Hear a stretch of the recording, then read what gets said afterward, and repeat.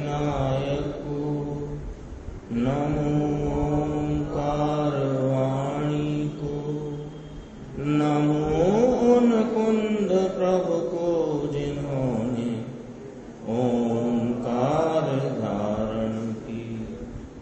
अहो उपकार जिनवर का कुंद का दिव्य वाणी का जिन कुंद ध्वनि दाता उन कहान स्वामी का।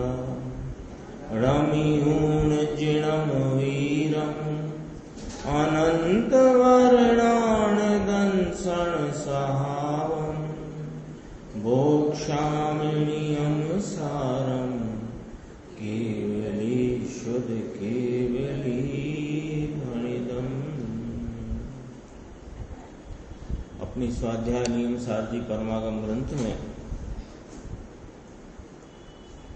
व्यवहार चारित्र अधिकार का 71वीं गाथा जो अरिहंत भगवान का स्वरूप, उसके ऊपर जो 5 कलश कहे हैं उन पे चल रही थी।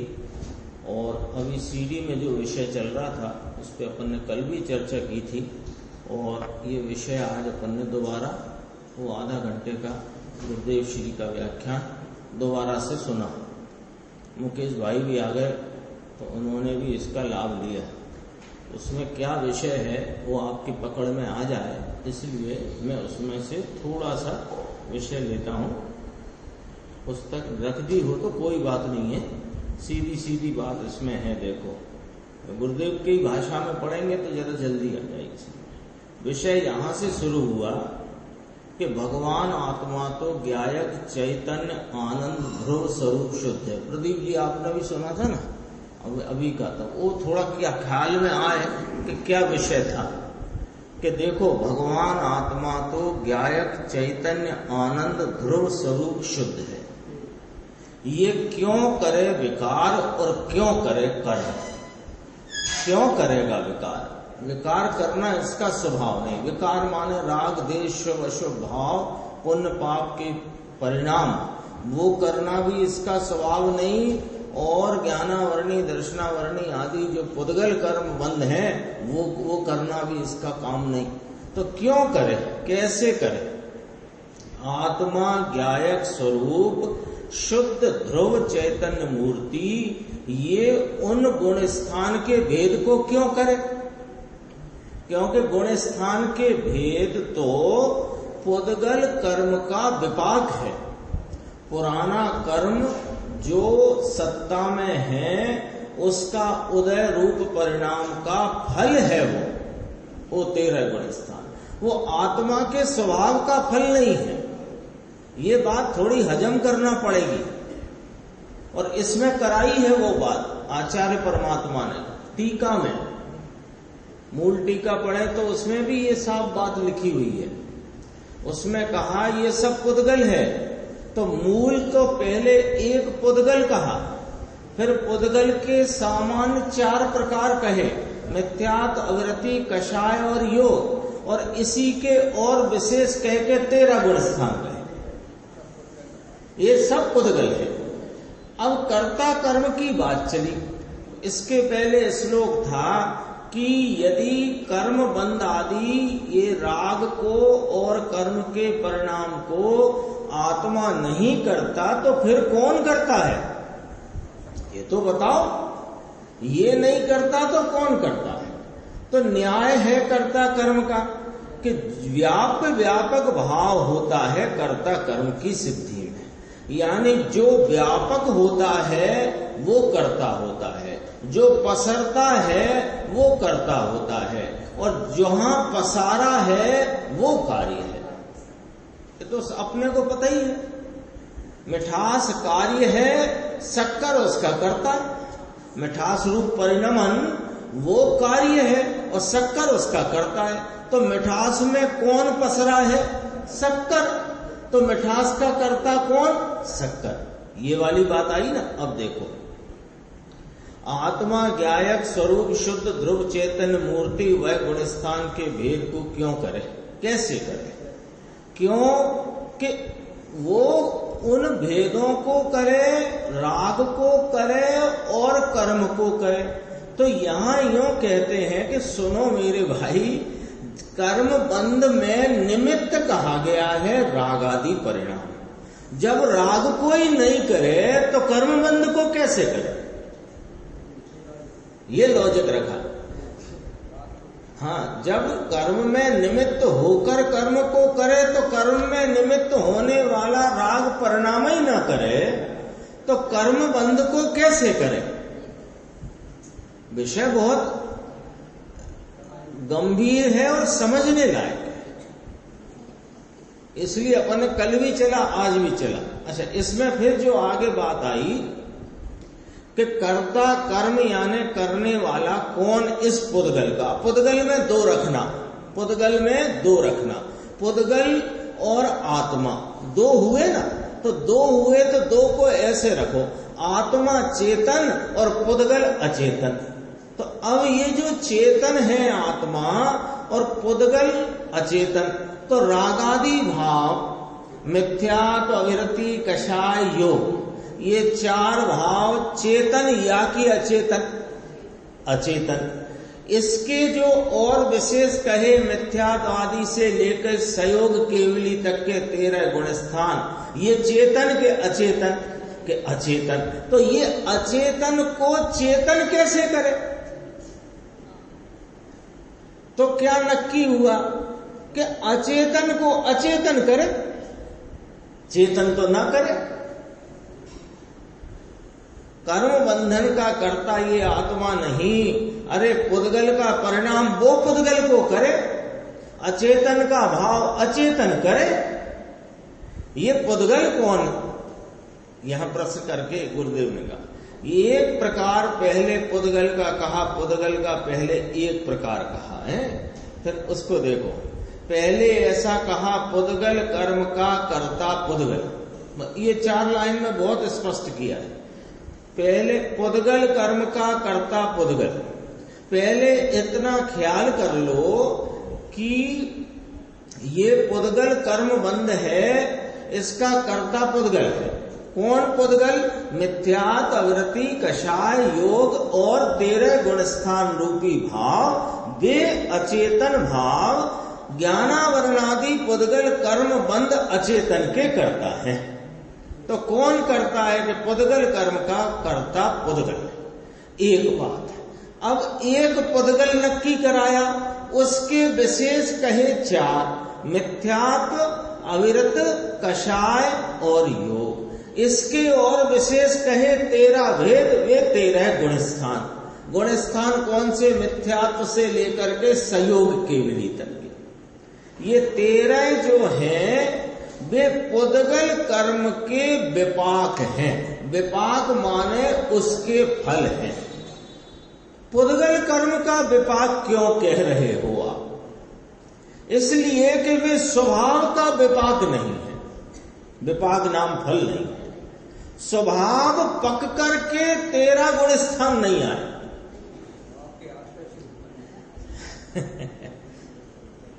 तो कोई कहेगा कि 13वां गुण स्थान तो केवली परमात्मा का है, और केवली पना तो स्वभाव से ही आया है। अरे स्वभाव से आया है, पर उस भेद में योग का जो भेद पड़ा है वो स्वभाव से थोड़ी आया है।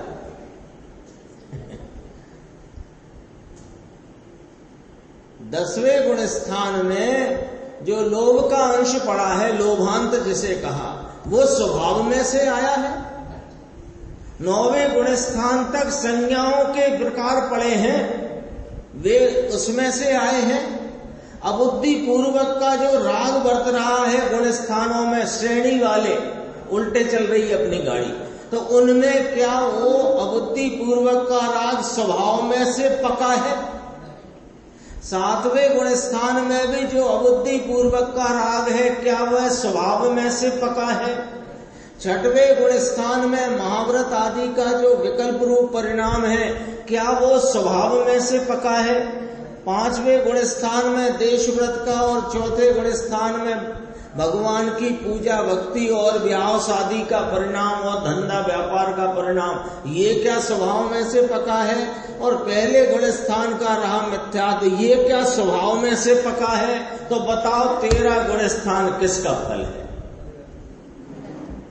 पुद्गल का फल है, पुद्गल का विपाक है। तो पुद्गल का विपाक है। तो ये जो मिथ्यात्व, अवृत, कषाय और योग ये करता है भैया कर्म बंधन के, और इसी के वे भेद हैं 13 गुण स्थान। ये बात कोई अद्भुत आई है।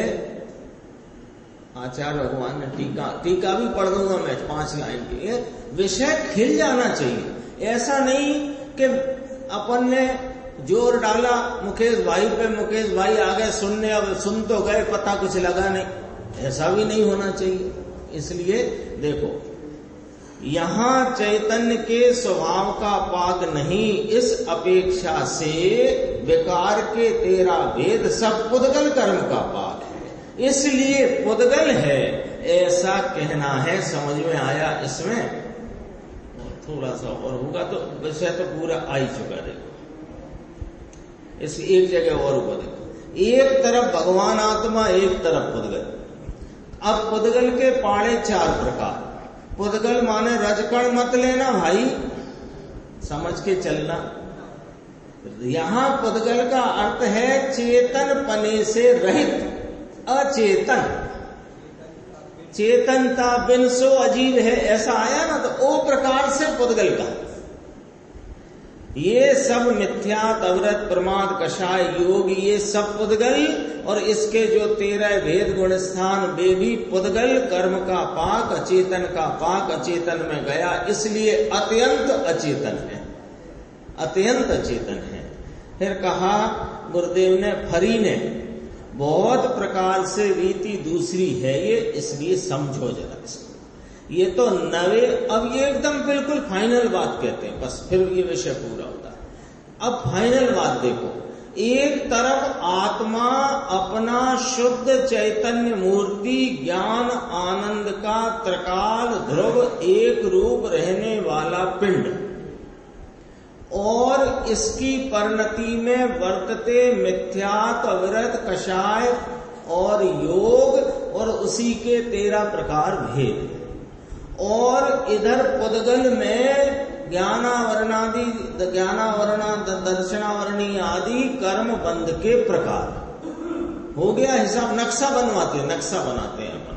तो ये जो है, अब कहते हैं कि ये जो पर्याय में उपजता हुआ, वर्तता हुआ, उत्पन्न होता हुआ एक एक समय वाला मिथ्यात्वृत्ति और कषाय योग के परिणाम हैं, ये आए कहां से? अभी सब चर्चा हो गई। तो कहा हुआ है ध्रुव चैतन्य में से, तो आए नहीं है, क्योंकि ये स्वभाव का पाक नहीं, स्वभाव का फल नहीं। कहा था ना। तो ये किसके हैं? तो कहा ये पुराने कर्म का पाक है। उधर से जोड़ा, जूना कर्म ना पाक 6। देखो, तो पुराने कर्म का पाक है, और नए कर्म में निमित्त होने से पुद्गल का करता है, आत्मा नहीं। अपना चैतन्य भगवान, जिसका पाक तो आनंद आनंद आनंद, सुख शांति जिसका फल है। आम की गुठली बोई थी, धीरे धीरे करके वो वृक्ष बना। अब उसमें भाई साहब नींबू लगेगा कि आम लगेगा? क्या लगेगा? तो ये इसमें आनंद पकेगा कि ये दुख, हैरानी और मलिनता और विपरीतता और ये दुख के कारण पकेंगे? कौन पकेगा इसमें? सुख शांति आनंद। आम के वृक्ष में नींबू लगता है?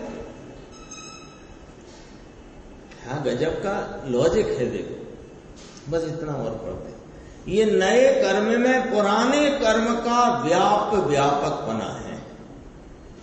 पुराने कर्म का पाक वह 13 गुण स्थान और वह व्यापक होकर नए रजकण बंधते हैं पर्याय, ये व्याप्य, बंधने रूप पर्याय ये व्याप्य कार्य है ना, तो कार्य को व्याप्य कहते हैं और जो उसमें पसरदा है उसको कर्ता व्यापक कहते हैं। इसको व्यापक होके करे तो करे, आत्मा का क्या आया इसमें, बोलो तो सही, बोलो, सोच के बोलो, समझ के बोलो। गुरुदेव ने प्रश्न किया इसमें, क्या आया इसमें, तो गुरुदेव ने अपन से पूछ रहे हैं कि तुम बता दो भैया क्या आया है, हमें तो नहीं पता। अरे हमको विचार करने के लिए पूछते हैं तो विचार करके बोलो ना, विचार करके बोलो, आत्मा का क्या आया इसमें। ये तो धीरे से समझने जैसा है, नहीं तो इसमें गड़बड़ हो जाए ऐसा है।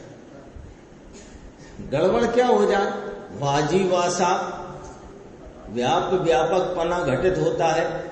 एक द्रव्य का दूसरे द्रव्य में व्यापकपना नहीं है। आप जीव की पर्याय को व्यापक कह रहे हो और पुद्गल की पर्याय को व्याप्य कह रहे हो, ये कौन सा न्याय है। पहले ये न्याय समझ लो कि जिस जीव की पर्याय को तुम व्यापक कह रहे हो हम उसे अचेतन कहकर उधर ही रखते हैं। हमने पहले ही उसे अचेतन के खाते में डाला है, तुम क्यों घसीट रहे हो यहाँ इस शुद्ध स्वभाव में। उसको गड़बड़ नहीं होनी चाहिए, समझना चाहिए। भगवान जीव स्वरूप चैतन्य मूर्ति आत्मा ये तो ज्ञान का सूर्य है। इसको यहाँ कर्ता कर्म यानी उस पर से कर्ता कर्म के ऊपर से कर्ता कर्म का वर्णन यहाँ किया गया है। ये विषय इतना अपना रिवीजन में आ गया कि क्या विषय अपना आज गुरुदेव श्री की सीडी में चला था।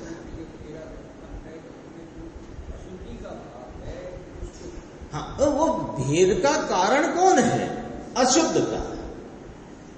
जो गुणस्थान है ना, वो गुणस्थान में संयोग केवली कहा, तो वो पूरी शुद्धता है। लेकिन योग संबंधी अभी असिद्धपना अशुद्धपना दोनों बात पड़ी है ना, तो वो असिद्धता और अशुद्धता रूपी योग का जो अशुद्ध भाव है, तो ये भेद कौन खड़ा कर रहा है, कौन भेद कौन। यहां 13 गिलास रख दिए कांच के, सब में पानी भरा हुआ है, तो कोई में जरा खाली है, कोई अधिक खाली है, कोई और अधिक खाली है, कोई उससे भी अधिक खाली है और कोई पूरा खाली है। तो अब अपन खाली पने से देखो तो ही तो भेद पड़ रहा है ना उसमें। तो जितने भेद हैं वे अशुद्धता से पड़ रहे हैं, नहीं तो काय का भेद। भेद का कारण कौन, अरे ये तो वस्तु अभेद, इसका परिणमन भी जो हो सो अभेद। अभेद माने एक रूप, यहां अभेद का अर्थ एक रूप। हाँ, मेल से ले है जब तक वो उसमें मेल के होने पने से भेद पड़ रहा है।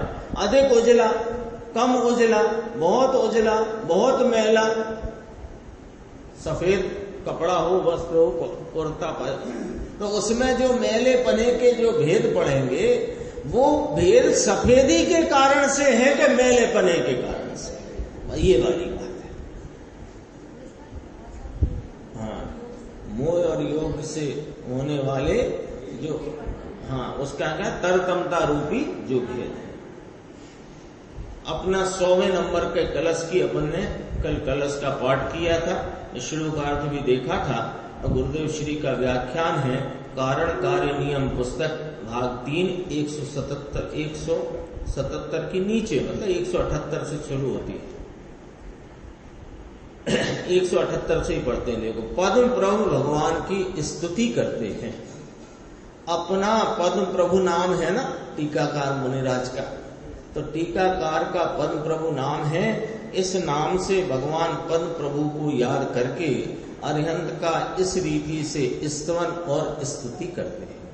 श्लोकार्थ में कहते हैं ये सब जो पद है ना, इसमें शा शा शा आया है। मदन मदन नग सुरेशा कांत काय प्रदेशा, ऐसा आया ना, तो एक एक शब्द एक एक वाक्य का अर्थ आता है। कामदेव रूपी पर्वत के लिए, यानी जिसको तोड़ देने में जो वज्रधर नाम इंद्र के समान है। इंद्र को वज्रधर भी कहते हैं। इंद्र के हाथों में वज्र होता है ना, तो इसलिए इंद्र को वज्रधर कहने में आता है। ऐसे भगवान पद प्रभु भगवान कामदेव रूपी पर्वत को तोड़ने के लिए जो वज्रधर नाम इंद्र के समान है। शब्द आया मदन नग सुरेशा। मदन माने वो कामदेव, मदन माने कामदेव, नग माने पर्वत और सुरेश माने इंद्र। मदन नग सुरेशा, मदन रूपी पर्वत को मिटा डालने के लिए वे वज्रधर हैं। सुरेश माने इंद्र, इंद्रों का ईश। वज्रधर तो आया इसलिए नाम लिया वज्र, वज्र से हुए ऐसे भगवान का आत्मा कामदेव की वासना का तो चूरण कर डाला है। किसकी स्तुति चलती है? अरिहंत भगवान की। फिर कहा कांत, कांत होता है सुंदर मनोहर, जिनका काय प्रदेश है। ये बाह्य बुद्धि, जिनका मनोहर शरीर है परम औदारिक। बाह्य बुद्धि माने बाह्य का वर्णन, जिनका मनोहर शरीर है परम औदारिक, ऐसा कहते हैं। अरिहंत के शरीर को व्याधि नाम रोग, क्षुधा माने भूख, तृषा माने प्यास, रोग ऐसा होता नहीं। कांत नाम सुंदर शरीर है, मनोहर शरीर है, जिनका काय प्रदेश अर्थात शरीर के प्रदेश। अरे भगवान आत्मा के प्रदेश तो निर्मल निर्मल निर्मल, लेकिन इनके शरीर के प्रदेश भी निर्मल है, परम औदारिक शरीर है ना। प्रत्येक अरिहंत को ऐसा होता है। यहाँ तो अभी पद्म प्रभु नाम से याद किया है। फिर कहा मुनिवर जिनके चरणों में नमते हैं। मुनिवर कौन हुए? मुनिवर किसे कहना कि जिनके वीतरागता प्रचुर प्रगति है वे मुनिवर हैं। तीन कषाय की अभाव रूप वीतराग परिणति की मोटी धारा जिनके अखंड पने बह रही है, वे वीतरागता के मूर्ति, वीतरागता की मूर्ति वे मुनिवर है। ऐसे मुनिवर भी सर्वज्ञ अरिहंत परमात्मा के चरण में नमन करते हैं, इनको भी भक्ति होती है, ऐसा कहते हैं। वीतरागता की तो मूर्ति है, लेकिन अभी संजुलन संबंधी राग है, उस राग में भगवान के प्रति भक्ति का भाव वर्तता है। मुनिवर में क्या आया? आचार उपाध्याय साधु आदि अरिहंत के सब आ गए ना मुनिवर में। तो अरिहंत आचार उपाध्याय साधु सब ही अरिहंत के चरण में वीतरागता पूर्ण प्रगति है। अरिहंत को उनके चरणों में ये वीतरागता के पुजारी यानी वीतरागता के आराधक वे नमन करते हैं। तो फिर मुमुक्षु ने पूछा, हे बुद्धि से करते हैं ना साहब? तो कहा हे बुद्धि से, जब हे बुद्धि हुई तब तो इस आत्मा का दर्शन हुआ था। ये अरिहंत परमात्मा, सिद्ध भगवंत, आचार उपाध्याय साधु, पांच परमेष्टि, देव गुरु शास्त्र सब समा गया ना। इनके प्रति जो भक्ति का भाव है, इसके प्रति जब हे बुद्धि होती है तब तो ये आत्मा उपादेय होती है। वहां से तो मुनि पने का बीज डला है, जो तीन कषाय की अभाव रूप मोटी वीतरागता के वृक्ष रूप से अभी दिखाई देता है। हे है, आए बिना रहता नहीं, हे है। लेकिन अब प्रश्न करे कोई आता है कि नहीं? आता है। भक्ति का विकल्प है, आए बिना रहता नहीं। क्यों नहीं रहता? कि वो अभी संजुलन की कषाय बाकी है और उसकी भी मर्यादा है। वो भक्ति का विकल्प उसी प्रकार का आएगा। ये तो उपयोग है, उपयोग माने उपयोग उस तरफ जाता है, लेकिन आए बिना रहता नहीं, होगा ही एटले होता ही है, इसका अर्थ ये तो है ऐसा। इसको ये थोड़ा देखना, इस पे थोड़ा ध्यान देना। हसेज एटले होगा ही, इसका अर्थ क्या?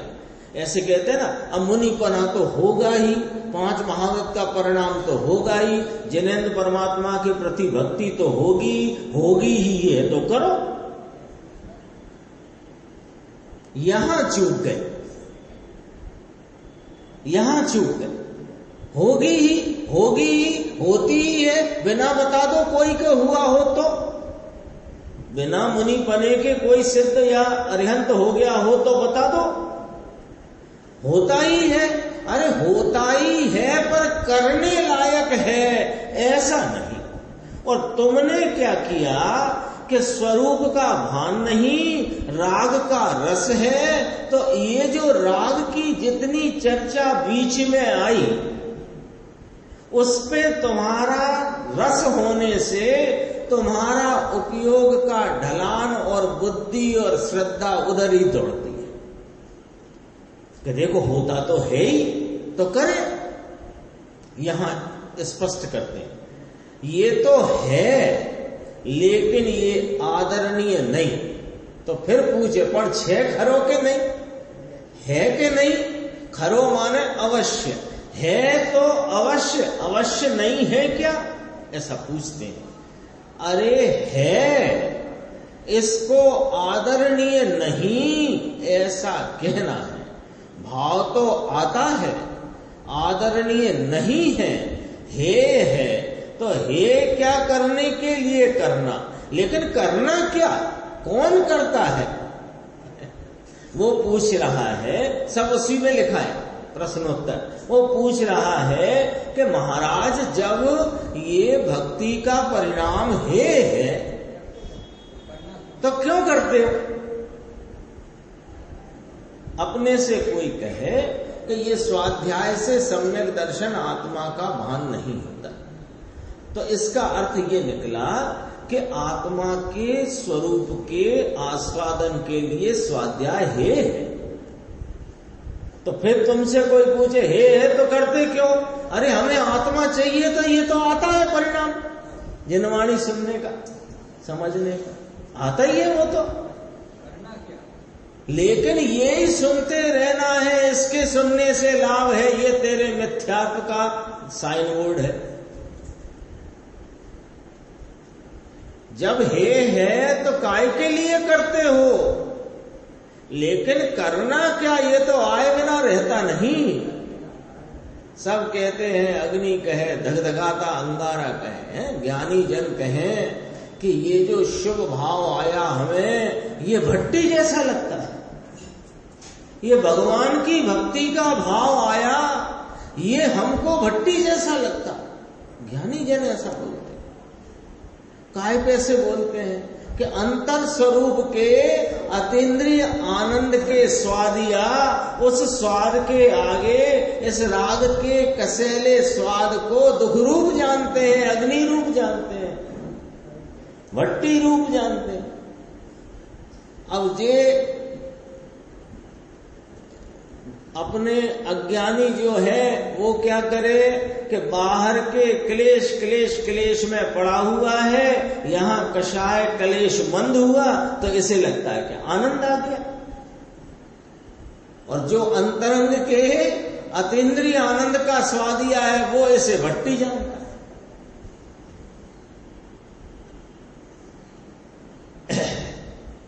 देखो, धगधगता अंगारा कहे, भाव है, कषाय है, राग है, मुनिवरों को भी आता है, होता है, जानते हैं। लो कितनी बात कही, आता है, होता है, जानते हैं कि यह मेरे परिणाम में इस प्रकार का राग है, लेकिन राग का मैं ज्ञाता हूं, करता नहीं, जानते हैं। ऐसा स्वरूप ही है। परमेश्वर त्रिलोकनाथ वीत राग शांत रस से पूर्ण परिणम गए हैं, इनके ऊपर मुनिवरों को भी भक्ति आती है। हाँ, पूर्ण वीतरागता चाहिए तो जिनके पास वर्त रही है उनके प्रति भक्ति आती है। जिनके चरण में मुनिवर नमते हैं, आगे कहा यम के पास का जिन्होंने नाश किया है, प्रास्त की नाश पाशा, यम के पास का बंधन का जिसने नाश किया है, क्योंकि भाव का बंधन रहा नहीं ऐसा कहते हैं। ये कहा ना यम के पास का जन्म, पास माने वो पकड़, तो वो बंधन पकड़ उसका उन्होंने नाश किया है। दुष्ट पाप रूपी वन को जलाने के लिए जो अग्नि है, तो दुष्ट पाप में क्या आया, बनी क्या आएगा पाप में, यहाँ पाप भी और पुण्य भी दोनों आए। ऐसा जो वन इसको जलाने के लिए अग्नि है, तो है के उनको जलाना पड़ रहा है, करे है ही नहीं कह दिया गया है थोड़ी वहां। अरिहंत भगवान के पहले पुण्य पाप हो रहे हो वे जला रहे हो, ऐसा नहीं है ही नहीं।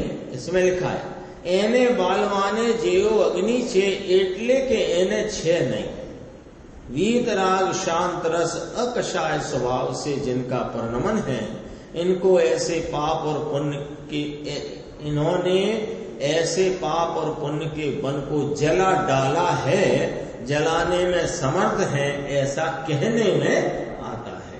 सर्व दिशाओं में जिनकी कीर्ति व्याप गई है, ये उनका पुण्य लिया। चारों दिशाओं में जिनकी कीर्ति माने प्रसिद्धि, यश पसर गया है। कीर्ति संपूरिताशा, तीर्थंकर यानी अरिहंत की गुण दशा पूर्ण, इनकी पुण्य प्रकृति पूर्ण ऐसी होती है कि चारों दिशा में इंद्र आदि इनका आदर करते हैं, ऐसी कीर्ति व्याप गई है। ये तो पवित्रता और पुण्य दो की बात करते हैं, जनाना हो तो ज्ञात कराना हो तो बताए ना। पवित्रता क्या है कि अपने आत्मा के अनंत गुणों की परिपूर्ण पवित्र दशा प्रकट हो गई है, ये पवित्रता है। और पूर्व में जितना ये पुण्य पड़ा हुआ है सत्ता में, वो वहां पर उदय रूप आकर के उसका ये सब तामझाम है कि इंद्र भी नमते हैं, है ना। 100 इंद्रों की हाजिरी में जिनकी दिव्यध्वनि खिलती है, और इंद्र वहां ऐसे कुत्ते के पिल्ले जैसे बैठ करके सुनते हैं, ऐसे है, ऐसा पुण्य, वो तो सब पता ही है समूह शरण का। और जगत के जो अधीश नाथ हैं, जगत के नाथ हैं, व्यवहार से नाथ कहने में आता है। ये वो कोई उनके मालिक बन के बैठे हैं कि नहीं, मालिक बन के नहीं बैठे, नाथ कहने में आता है। क्यों कि 3 लोक के जानने वाले हैं, इसलिए इसमें नाथ है। वे सुंदर पद्म प्रवेश जयवंत हैं, ऐसे सुंदर पद्म प्रभु भगवान। देखो यहाँ कहा ना, कांत जिनका काय प्रदेश है, ये पद्म प्रभु भगवान को यहाँ अरिहंत तरीके याद किया है, नहीं तो ये तो सिद्ध हो गए हैं। नमो सिद्धाणम, अभी तो सिद्ध हैं, पर अरिहंत की हयाती में जब थे तो भूत निगमन से अभी उनको अरिहंत के रूप में याद करके उनकी भक्ति, उनका गुणानुवाद यहाँ पर किया गया है, इनकी स्तुति है। अभी तो सिद्ध हो गए हैं। अब सिद्ध वाली गाथा प्रारंभ होती है, गाथा 72 पेज 180, इसकी चर्चा प्रारंभ करते हैं। रठ कम बंधा 8 महागुण समन्या परमा लोय गठिराणिचा सिद्धा ते एरिसा होती 6 अष्ट कर्म विनष्ट अष्ट महागुणे संयुक्त शाश्वत परम ने लोक अग्र विराज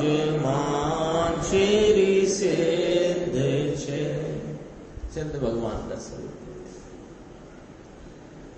टीका का पहली लाइन अपन पढ़ते हैं जो इस गाथा की उत्थानिका है। सिद्धि के परंपरा हेतु भूत ऐसे भगवंत सिद्ध परमेष्टियों का स्वरूप यहाँ कहा है। ये मुनिराज ने उत्थानिका रूप से जो प्रथम पंक्ति टीका में कही, यही बहुत रहस्य वाली है, इसमें मर्म है। क्या कहते हैं? सिद्धि के परंपरा हेतु भूत ऐसे भगवंत सिद्ध परमेष्टि, यही कहा ना, उनका स्वरूप यहां कहते हैं। तो सिद्ध परमेष्टि को क्या कहा? सिद्धि के परंपरा हेतु भूत। सिद्धि क्या है? अपने को, ये आत्मा है ना, ये मैं कौन हूं? मैं आत्मा हूं। मैं कैसा आत्मा हूं कि ज्ञानादि अनंत गुणों का अभेद पिंड स्वरूप एक वस्तु तत्व में आत्मा हूं, और इन अनंत गुणों की परिपूर्णता का पर्याय नाम व्यक्त दशा में प्रकट हो जाना, ये इसकी सिद्धि है। सिद्धि, सिद्धि किसे कहना? सोना आता ना खदान से, सोना पेड़ में नहीं लगता, सोना पेड़ में तो होता नहीं, सोना खदान में से आता है। और खदान में से आया सोना, उसकी सिद्धि कैसे की जाएगी कि उसमें जो स्वर्णत्व के जितने गुण हैं, उन गुणों का 100 टंच प्रगटपना जब अवस्था पर्याय दशा हालत में होएगा तो कहेंगे कि ये सोने की सिद्धि है। सोना पेड़ में तो लगता नहीं भाई साहब, सोना तो खदान में से निकलता है, और खदान में से निकला है सोना। अब अशुद्धता अशुद्धता की मैं बात नहीं कर रहा, वो आपके ख्याल में आ रही है, वो उसे आने दो। लेकिन बात ये है कि वो जो सोना खदान में से निकला है, उस सोने में जो सोना है, उस सोने में स्वर्णत्व के अनंत गुण है कि नहीं? तो वे स्वर्णत्व के अनंत गुणों का प्रगट पर्याय में जैसे गुण हैं वैसे 100 टंच 100% वैसे के वैसे पर्याय में प्रकट हो जाना, इसका नाम सोने की सिद्धि। ठीक है, पकड़ में आ गई बात। ऐसे इस आत्मा की सिद्धि क्या कहलाई कि ये आत्मा अनंत गुण स्वरूप है, इसके अनंत गुणों की व्यक्त प्रकट अवस्था में परिपूर्ण व्यक्तता का भाव उपस्थित होना, प्रकट होना, व्यक्त हो जाना, ये इसकी सिद्धि है। और ये सिद्ध भगवान है ना, इस आत्मा की सिद्धि में परंपरा कारण है, साक्षात नहीं, ये कहा है। तो साक्षात कारण कौन है कि मैं स्वयं अनंत गुणात्मक, मैं आत्मा ज्ञानानंद, ये साक्षात कारण है। और सिद्ध भगवान परंपरा कारण। परंपरा शब्द से यहां क्या कहना है यशवंत भाई कि साक्षात नहीं, साक्षात नहीं।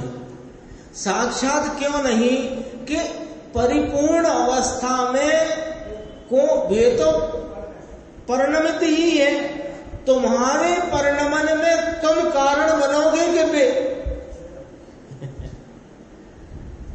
अपने परिणमन में अपन कारण बनेंगे कि वे कारण बनेंगे? तो ये साक्षात कारण है और वे परंपरा।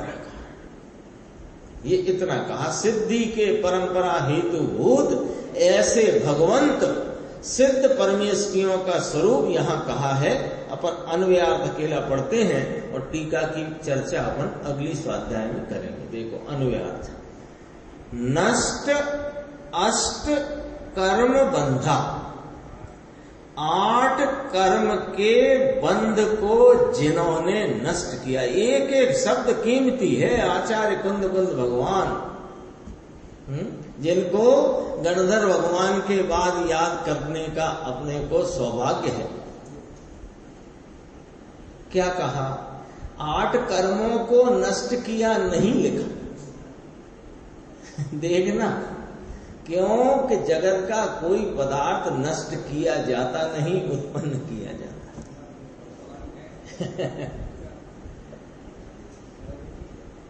क्या किया है, क्या किया है? देखो, बोलने में भाषा से तात्पर्य पकड़ में आ जाए तो उस भाषा में कोई दोष नहीं है। भाषा से तात्पर्य पकड़ में आ जाए तो कोई दोष नहीं है, लेकिन भाषा से यदि वो अर्थ के स्थान पर अनर्थ हो जाए तो भाषा दोषपूर्ण है।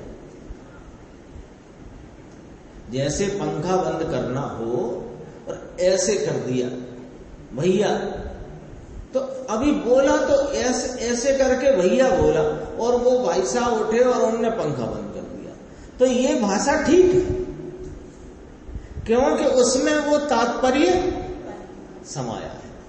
ऐसे अपन बोल देते हैं कि सिद्ध भगवान, अर्यंत भगवान ने 4 घाती कर्म का नाश किया है और सिद्ध भगवान ने 8 कर्मों का नाश किया है, बोल देते हैं, लेकिन उन्होंने किसी कर्म का नाश नहीं किया। क्या हुआ है देखो, 8 कर्म के बंध को जिन्होंने नष्ट किया, 8 नष्ट अष्ट कर्म बंधा, कुंद कुंद स्वामी लिखते हैं, नष्ट अष्ट कर्म बंधा, नष्ट किया है 8 कर्मों के बंध को। बंध को माने 8 कर्मों के निमित्त से होते हुए आत्मा के परिणाम में जो अधूरास और मलिनता थी उसको नष्ट किया है। धीरे धीरे अंदर तो पहुंचना ही पड़ेगा।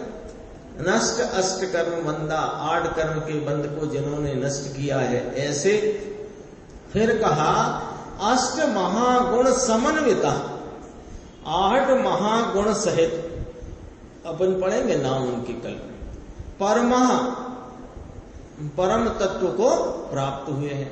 लोकाग्र स्थिता, लोक के अग्र में स्थित हैं, और कैसे भाव में स्थित हैं कि नित्य भाव में स्थित हैं, ऐसे वह सिद्ध होते हैं। ये चर्चा अपनी आगे इसकी टीका की अपन आगे की स्वाध्याय में करेंगे।